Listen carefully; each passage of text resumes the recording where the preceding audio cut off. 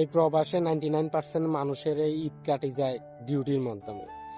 ঈদের সময় আঙ্গ কোনো স্পেশাল কোনো কিছু থাকে না, সবার লগে যাওয়া, তারপরে যাই একসাথে গরু কাটাকাটি, সবার লগে ঈদ আনন্দ বাগাবাগির মধ্যে স্পেশাল কোনো কিছু থাকে না।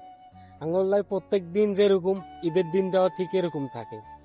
হয়তো ঈদের দিনে একটু সকাল সকাল ঘুমোতে উঠি, ফ্রেশ ট্রেশ হয়ে আমরা নামাজ পড়তে হয়, নামাজ পড়ে বাসায় যাই।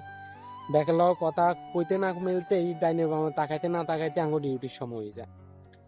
আর প্রত্যেক দিনের মতো সেই গাদার খাটনি, সেই ডিউটি শেষ করে বাসায় আয়, সেই রান্না করা চলে যাইতেছে এরকম।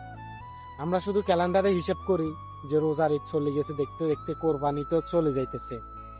বাড়িতে যে কবে যাই সবার লগে ঈদ করুম, ঈদ আনন্দ ভাগাভাগি করুম, আবার কবে যে মায়ের হাতে সেই গোস্ত, গোস্তর সাথে একটু ঝোল আর একটা রুটি কবে যে খাইতে পারো মার সাথে।